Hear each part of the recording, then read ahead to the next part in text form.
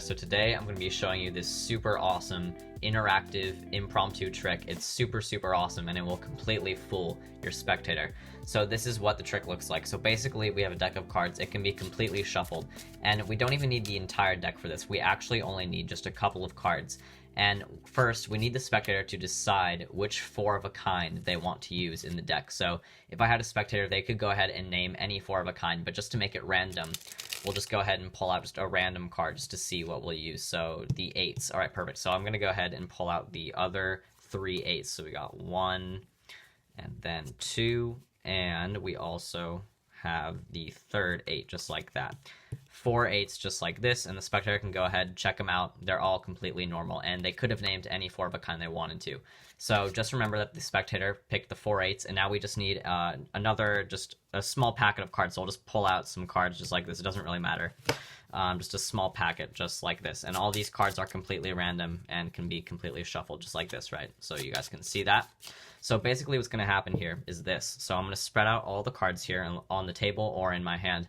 And I'd have the spectator hold on to the 4 8s, and basically I would have them place the 4 8s anywhere face up among this small pack. So let's say they place that one there, this one here, this one there, and this one here. And they can change their mind about the places they want to put them in, but trust me guys, this is all completely normal, just like this. So now I would take the pack back, and I'd give it just a little bit of a shuffle, just like this, so that you guys can see all the cards here, just like this, being completely shuffled and mixed up.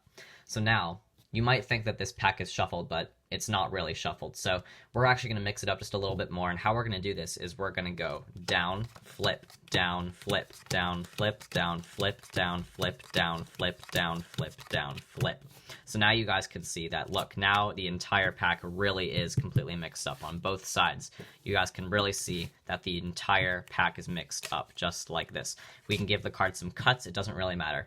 Now basically, you might think that this is even more shuffled, but it's not really that shuffled yet. So what we're going to do is we're going to shuffle it even more by taking pairs of cards, and I would either have the spectator say leave, and I would leave the cards as they are, or they could say flip, and I would take the pair and flip it over. So they could say leave or flip. Let's say they say flip. So they flip that one. Let's say they say leave. Let's say they say flip. Okay, let's say they say leave. Let's say they say leave. Let's say they say leave, let's say they say flip, let's say they say flip once more. And we can do this as many times as they want to, but it doesn't really matter, so we'll give it some cuts just like this to make it even more mixed up. Now you might think this is a lot more shuffled now, but trust me, it's still not shuffled. So we're going to do the leave flip thing. We can do it with even bigger packets, so just say leave or flip. So, okay, flip, perfect, flip. Let's say they say flip again. Let's say they say leave. All right, perfect.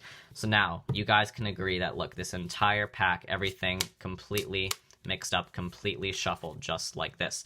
So I'm just gonna deal out the cards here into 4 piles just to spread out the cards even more and just make them even more crazy and mixed up. And now the spectator can actually decide which of these packets, either this one or this one, which one they want to place on top.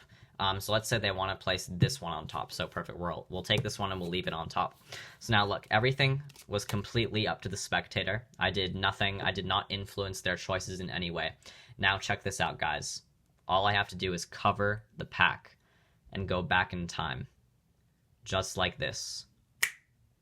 Remember just a few minutes ago when there were only 1, 2, 3, 4 cards just like this. 1, 2, 3, 4 cards face down. Only 4. 1, 2, 3, 4 8s. Just like that. Now that is the entire trick, guys, and now for the tutorial. Okay guys, so here's the tutorial for the trick that you just saw. So although this trick doesn't really require a tutorial because it is an interactive card trick, you guys should know some of the things and the subtleties that I've placed on this routine. I sort of used Harry Lorraine's presentation that he does when he performs this trick. I've seen this video of him where he performs this trick and he uses the presentation where he says, like, you think the cards are shuffled, but not really. And he calls the trick not really because he wants to show that the cards are, you know, not really shuffled, and he just wants to make it as shuffled as possible. So I sort of used his presentation idea on that part of the trick, but today I'm going to show you guys some of my other advice and other tips on performing this trick to make it look amazing. And also, one of the pros about this trick is that you guys can honestly use whatever presentation you want. Like at the end of the trick, you guys can go like back in time to reverse the order of the cards, or you can like go behind your back and pretend like you're rearranging the cards behind your back without looking. So it can either be like a magic presentation or it can be a skill demonstration. Like it can be whatever you guys want to do. And that's the beauty of this trick. So today I'm going to show you guys how to do it. So basically, all you need to have the spectator do is name any 4 of a kind. Let's say they say the 4 sevens, because it really does not matter at all. So let's say they name the 4 sevens. So you're going to go through the deck and you're going to pull out each of the 4 sevens just like this from the deck. So one thing that you do need to remember is when you're pulling out just like a random amount of cards, it can honestly be whatever amount you want, but it has to be an even number. So it can be any amount of cards, but it just has to be an even number of cards. So I would recommend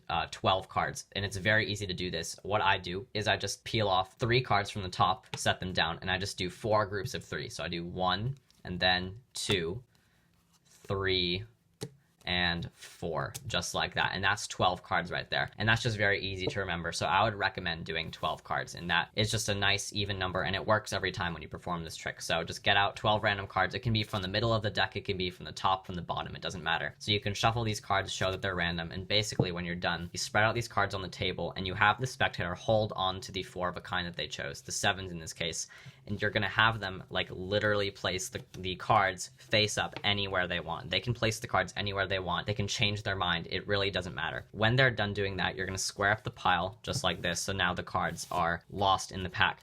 You're going to flip the pile over and just give it a quick little overhand shuffle, just like this. So it doesn't really matter, but just give it a nice overhand shuffle. Now, here's one thing that you do have to remember. This is the only overhand shuffle you will be able to do in the entire trick, is this very beginning part. This is the only part that you're going to be allowed to do an overhand shuffle. The other parts, you're only going to have to do cuts. You're not going to be able to overhand shuffle the cards after this point in the trick. So this is the last overhand shuffle you can do, but it's still early on in the trick, and the spectator won't really realize that you're not going to overhand shuffle them later, because it's still going to seem like you're mixing up the cards very, very heavily. So once you're done giving the card an overhand shuffle, all you're doing is basically just moving like the 7s around. It really doesn't matter where they end up, but basically you're going to explain to the spectator that the cards are not really shuffled, so you're going to still shuffle them up by going down, flip, and all you have to do is just go down, flip, down, flip, down, flip, down, flip, down, flip, down, flip, down, flip. And just do that. And you can actually talk as you do this part so that your brain doesn't get confused with the face up and face down cards already existing in the pack. So just do that and you guys will be fine, just like that. You have this huge mess here in the pack, and now you can actually give the cards some cuts. Just give them simple cuts, just straight cuts. You can do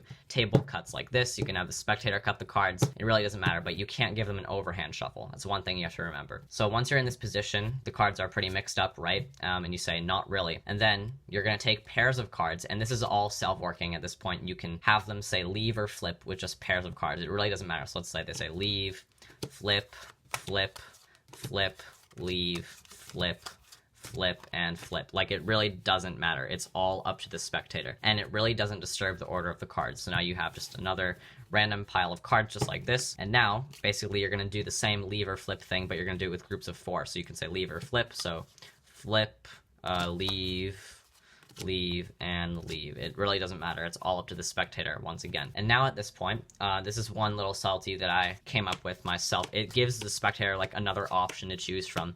Basically, you're just going to deal out the cards as they are in 4 piles, just like this. Just deal out the cards in 4 piles. And when they're in 4 piles, you're going to take the outermost piles, so the pile furthest to the right and furthest to the left. You're going to take these 2 piles and you're going to flip them over on top of these 2 piles. So we're going to flip them over here on top. Now this is the little subtlety that I came up with, because what Harry Lorraine does is he just kind of keeps closing them together like this, but I like to give the spectator another option to further mix the cards, even though it really doesn't do anything. You're going to ask the spectator which pile they would like to place on top. Now it doesn't matter which one they say. So let's say they say this one. What you're going to do is you're going to take this pile and you're going to flip it over on top, and that's what you would do if they pick this one. So you would take this one, flip it over on top, just like this. Now, let's say they say this one. If they say this one, same thing. You're going to take this one and flip it over on top. So as you guys can see, it really doesn't matter, because all you're doing is you're just kind of flipping over either pile, but as you guys can see, it really doesn't disturb the order of the cards or the orientation of the face down or face up cards. So you can have the spectator have a free choice, and that's just one little nice subtlety that I threw in there. So you can have them decide, let's say they say this one, and so you're going to take this one and just flip it over on top of the pack, just like this. Actually finish off by just giving the card some more cuts. It really doesn't matter.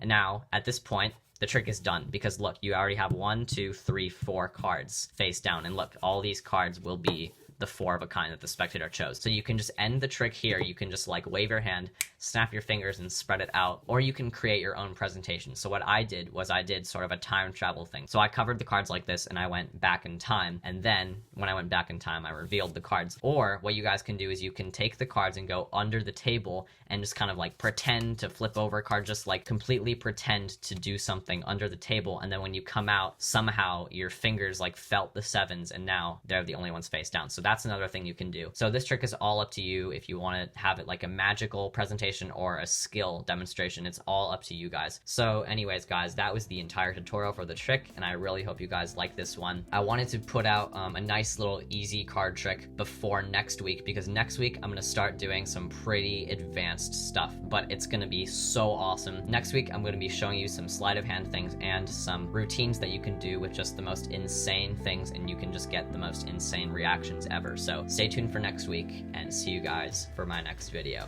Bye.